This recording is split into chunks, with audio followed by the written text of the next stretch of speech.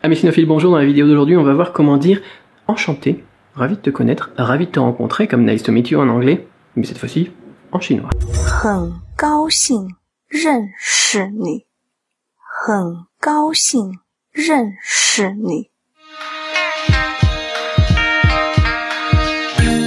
Alors, prononciation, on voit qu'on a ici 6 caractères. Le premier, han, qui veut dire trait. On connaît ça, on l'a déjà vu dans la deuxième leçon, si je me souviens bien, attendez.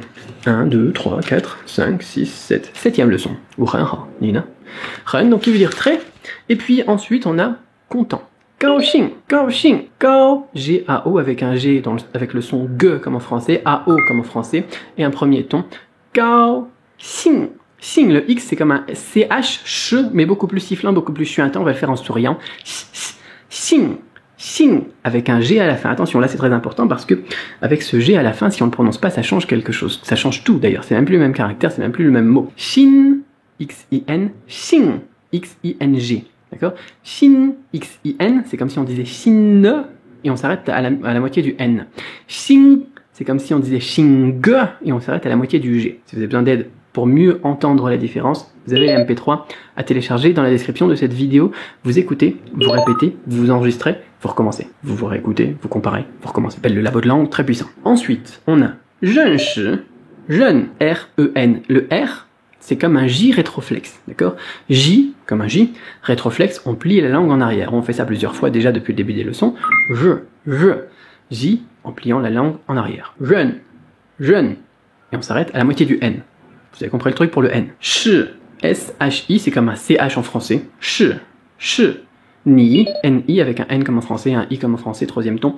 Comme on double, voilà, si on doublait la voyelle. Ni, là, aucun souci. Ce qui nous donne, parce qu'il faut maintenant tout mettre ensemble, ren kaoxing, ren ni, ren kaoxing, ren ni, enchanté. Alors, qu'est-ce qu'on a ici? En fait, on a très, ren, kaoxing, content, ou kaoxing, je suis content. Par exemple, vous regardez ma vidéo, ren kaoxing, je suis très content. Ça fait des milliers de vues et tout ça, moi ça me fait plaisir, je suis content. Ça aide beaucoup de gens, j'ai des commentaires très positifs, j'ai des gens qui partent en Chine, qui utilisent ça, ou ren kaoxing. On peut l'utiliser comme ça, je suis très content. Zhenshi, c'est connaître. Connaître quelqu'un. Connaître, reconnaître. Par exemple, ou zhenshi, je te connais toi. On était à l'école ensemble, non? Je te connais, connaître.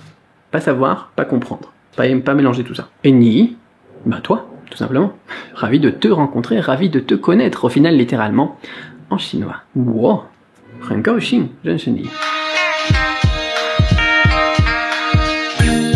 Pour aller plus loin, bah voilà, kaoxing zhenshi, ren kaoxing zhenshi, c'est quelque chose qu'on va utiliser généralement la première fois qu'on va rencontrer quelqu'un. Un peu comme en français. On a deux cas de figure. En France, généralement, on va dire, voilà, la première fois qu'on va rencontrer quelqu'un, on va lui dire enchanté la première fois qu'on lui dit bonjour. Là, vous avez deux cas de figure. Soit, bien, vous lui dites ren kaoxing zhenshi quand vous lui dites bonjour, comme en France, soit vous lui dites à la fin du premier rendez-vous quand vous lui dites au revoir. D'accord? Parce que généralement, on va pas dire à quelqu'un qu'on est ravi de l'avoir rencontré quand on le connaît pas encore, tout simplement. Quand on n'a pas passé un petit moment ensemble. En France, on dit enchanté, mais c'est carrément hypocrite. Enfin, excusez-moi, mais ça fait un peu faux cul, quoi. Les gars, on dit, tiens, voilà mon beau-frère, et puis on lui dit enchanté, ravi de te rencontrer, je suis super content. On le connaît même pas, le gars. On a rien fait ensemble, on n'a pas bouffé, on n'est pas sorti, on ne s'est pas parlé, rien du tout. Donc ça sonne un petit peu bizarre de le dire tout de suite, mais généralement, voilà ce qu'on va faire, c'est par exemple, on sort, on va se faire un poulet ensemble, une sortie ou n'importe quoi. Un poulet, je pense à ça parce que je suis allé me faire un poulet moi ici. Donc un poulet cuit au feu de bois, donc à la campagne avec le futur conjoint, ils vont se marier le mois prochain, eh bien de la sœur de mon voisin d'en bas ici, enfin c'est un peu compliqué.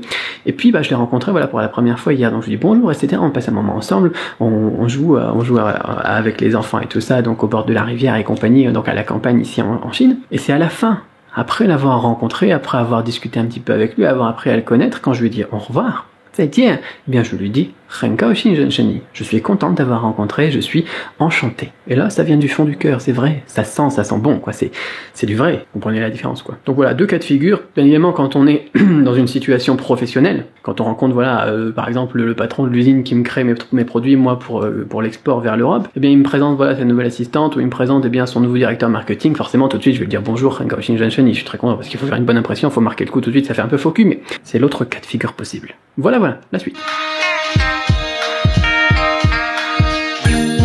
Alors si vous voulez aller plus loin, là ici on a une phrase de 6 caractères, ici donc avec 4 mots, dont 2 mots de 2 caractères. La prononciation va être très importante, vous avez les MP3 téléchargés ici en dessous dans la description de cette vidéo. Faites-le là, ça va vous aider beaucoup. Et bien évidemment vous avez aussi les decks Anki, d'autres ressources pour vous aider à apprendre, et vous avez aussi le droit de réclamer votre exemplaire gratuit de ce petit livre La Crampe du Chinois, duquel eh bien sont extraits ses premières leçons sur YouTube. Vous avez le lien dans la description, là c'est gratuit, totalement gratuit.